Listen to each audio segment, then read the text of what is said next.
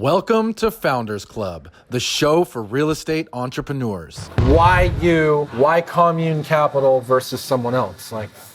That's a good question. It all goes back to building brands, right? Yeah. I think people that invest with us resonate with what we're doing. And I say that because, look, in today's market, right, you know this, you pretty much are going to see the same return from every deal, right? It's going to be anywhere from a 6 to 8% pref. It's going to be most likely within a teen IRR based on if you're looking to buy on cash flow or appreciation or both, right? It's all pretty much the same right now. Right. So the question really becomes, who do you want to associate with and what is going to be a better experience, right? And now leaning into the investor that I have been, I've had experience investing in, let's say my partners now, Randy and his real estate deals. Yep. I've invested in other startups. The problem that a lot of investors feel is that they're always in the dark. They never know what's going on, right? And I've experienced that on the startup phase, but I did not experience that with my beginning investing in storage units. I felt like I was part of the team, right?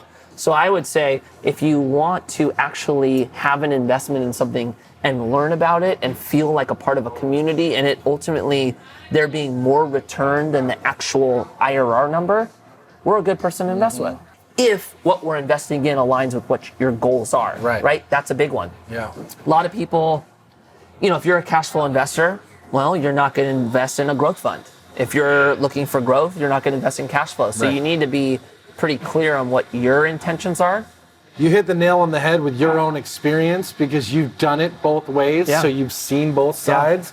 And I think that education piece that you guys bring in is the missing piece for a lot of funds because a lot of people that invest in people and funds, they feel like they're giving them the money and then it's kind of like they're going to just go and do their thing and you're kind of in the dark. Well, that's what a lot of times it happens. That's true. Unfortunately, that's usually what happens. And so the way that you bring people in, keep them informed is I think a key piece in terms of engaging investors and getting more investors and increasing word of mouth referrals and all that kind of stuff. Yeah, I think it all comes down to your experience, right? This is what I've learned. There's times that I've invested in something where the return might have been smaller than something else, but my experience was so much greater that I was like, wow, I actually like that more than the other. And that's not saying our returns are smaller, but I think there is a value also in your experience, right? So what we try to do is our whole vision is making it more than an investment. It's making it a community of people that actually want to know what's going on, feel a part of something. We put a lot of focus on community, whether it's what we build or our actual investors. We want this to be an actual, I'm a part of this mission, And how are you set up in terms of your fund? When people put money in, is there different thresholds, get preferred rates of return, some don't? How does how are you guys set up? So basically we do a preferred return for everybody.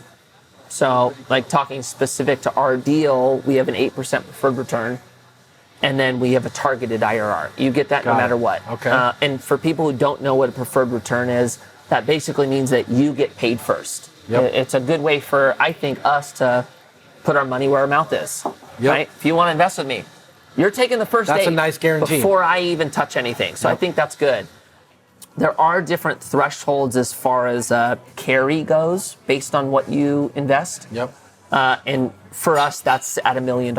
If you invest below $1 million, you have a percentage of equity or return that you get. If you invest higher with more than $1 million. Yeah, and that's really when you start getting into the million plus, you start dealing with more, call it institution money. Right. And we have to, as managers, give up on our return to make that work. Yeah. And then what's your exit strategy on most of these deals?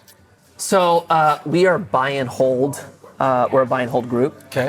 It's not saying we never sell them, but we do not flip. Okay. Kind of how we build out our, let's say, our pro forma. We show everything typically on a 5 to 7 year hold, and we're trying to accomplish a certain IRR by ultimately 2 of 3 things.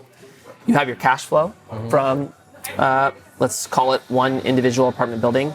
you have the possibility of a refi or multiple refis, and then you have an option of a sale. If we can't hit our projected IRR by a refi, then we will possibly consider selling it to achieve that return. To get everyone paid out. We haven't had to do that yet. Cool. But we, at least when we build out what our exit is, if we're not able to do it, that absolutely is an option. So the strategy is right now, buy it. We buy, renovate. We buy. Refinance. Get the money back. Hold it. And let's say a perfect scenario.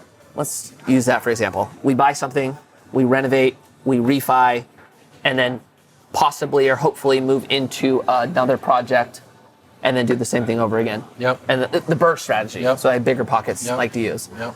That's ultimately what we prefer to do. But if something doesn't work out and we're not able to refi and we're not able to hit our target returns, that would probably be a place in where we said, okay, we might have to sell it to be able to get those returns. We just haven't had to yet.